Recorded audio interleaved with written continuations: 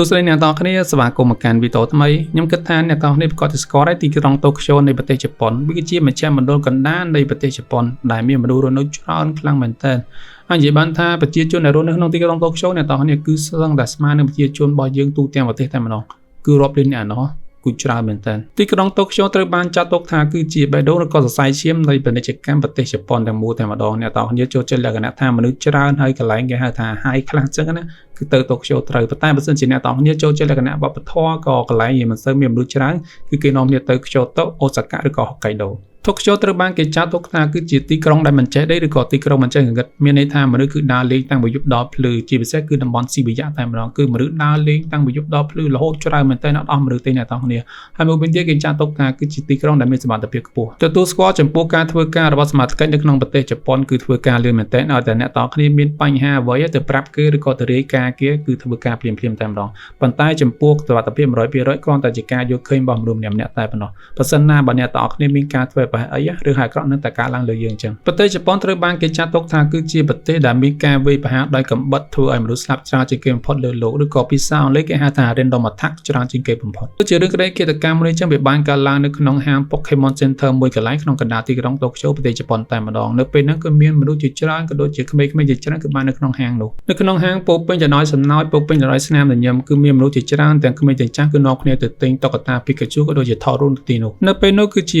ពេលវេលាម៉ោងប្រហែលជាខ្ទង់7 យប់ហើយមានមនុស្សជាច្រើនចូលក្នុងហាងនោះដូចសពរដងអញ្ចឹងហើយគេមិនដឹងថាតើមនុស្សដែលចូលក្នុងនោះមានលក្ខអ្វីក្នុងខ្លួននោះទេបរិសម្នាក់ដែលជាឃាតករក៏បានដើរចូលក្នុងហាង Pokemon មួយនឹងជាមួយនឹងមើលទៅដូចជាអារម្មណ៍សោកសៅខ្លាំងមែនទែនហើយគាត់ដើរចូលមកដូចជាភាពកដោយកដែងដូចជាមានលក្ខអ្វីមួយក្នុងខ្លួនផងដែរបរិសម្នាក់ក៏បានដើរកាត់មនុស្សជាច្រើនដែលកំពុងតែទិញរបស់របរក្នុងហាងក៏ដូចជាដើរកាត់កុមារជាច្រើនក្នុងហាងផងដែរហើយគាត់ក៏បានដើរសម្ដៅទៅកាន់បុគ្គលិកម្នាក់បតាសម្ដីរបស់សាកសីដែលឃើញហេតុការណ៍ជាក់ស្ដែងគេបាននិយាយថានៅពេលហ្នឹងគេបានឃើញបរិសម្នាក់គឺបានដើរទៅជិតបុគ្គលិកម្នាក់នៅពេលហ្នឹងបុគ្គលិកម្នាក់ក៏បានសួរទៅកាន់វិញថាតើអ្នកត្រូវការអ្វីឬក៏មានអ្វីជួយអត់ចឹងណាអញ្ចឹងនៅពេលហ្នឹងបរិសម្នាក់គឺនៅស្ងៀមស្ងាត់អត់និយាយអ្វីទេហើយក៏បានដកកំបិតហ្នឹងគឺចាក់សម្ដៅទៅលើបុគ្គលិកយកតែម្ដងគឺចាក់យករហូតតែបុគ្គលិកនឹងដួលតែម្ដងបន្ទាប់ពីចាក់ច្រើនកំបិតហើយដែលសន្និដ្ឋានថាបុគ្គលិកម្នាក់ប្រហែលជាដួលស្លាប់ហើយជាងបរិសម្នាក់គឺគាត់រត់ទៅណាទេអ្នកទាំងគ្នាគឺគាត់បានបញ្ចប់ជីវិតខ្លួនឯងក្នុងហាងនឹងផងដែរគឺគាត់បានយកកំបិតហ្នឹងគឺចាក់លើខ្លួនឯងរហូតតតែស្លាប់បន្ទាប់ពីហេតុការណ៍កើតឡើងហើយគឺមនុស្សជាច្រើនក៏នាំគ្នាឆោឡោនឹងរត់ចាក់ចេញពីហាងនឹងតែម្ដងបន្តមកទៀតក្រុមសង្គ្រោះក៏ដូចជាប៉ូលីសក៏បានចុះមកដល់ទីតាំងកើតហេតុនៅពេលដែលក្រុមសង្គ្រោះចុះមកដល់គេក៏បានបញ្ជូនបុគ្គលិកដែលជាជនរងគ្រោះហ្នឹងគឺឃើញថាគាត់អត់ទាន់ស្លាប់ទេគាត់នៅមានជីពចរអ្នកទាំងគ្នាហើយអញ្ចឹងគេក៏បានបញ្ជូនគាត់ទៅកម្មវិធីពេទ្យ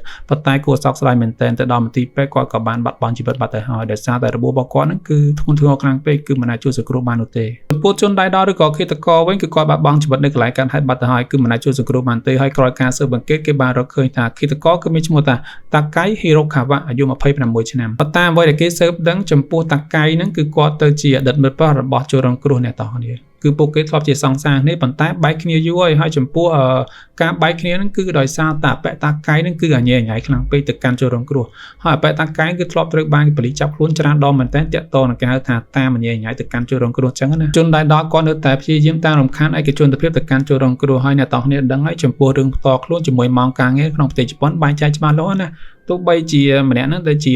បងប្អូនឬក៏ជាអតីតសង្សារក៏ដោយអញ្ចឹងនៅពេលដែលគាត់ដើរចូលមកក្នុងហាងហើយយើងកំពុងធ្វើការគឺយើងរាក់ទាក់គាត់ហ្នឹងដូចអ្នកដទៃផ្សេងទៀតចឹងដែរគឺអត់បែងចែកទេតែគាត់នៅស្មានថា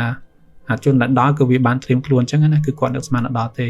បើគាត់នៅស្មានដល់គឺគាត់បែរជាមិននៅទីនោះទេមើលទៅពេលខ្លះរឿងហើយអាក្រក់ក៏ដូចជាគ្រោះថ្នាក់អាក្រក់ដែលបំរុងការលើកខ្លួនយើងគឺមិនមានសញ្ញាព្រមានអ្វីមួយឡើយហើយទីបំផុតហាង Pokemon ដែលជាកន្លែងផ្ដល់នូវភាពសប្បាយរីករាយទៅកាន់មនុស្សជាច្រើនបានក្លាយជាកន្លែងសោកសៅកណ្ដាលទីក្រុងតូក្យូទៅវិញ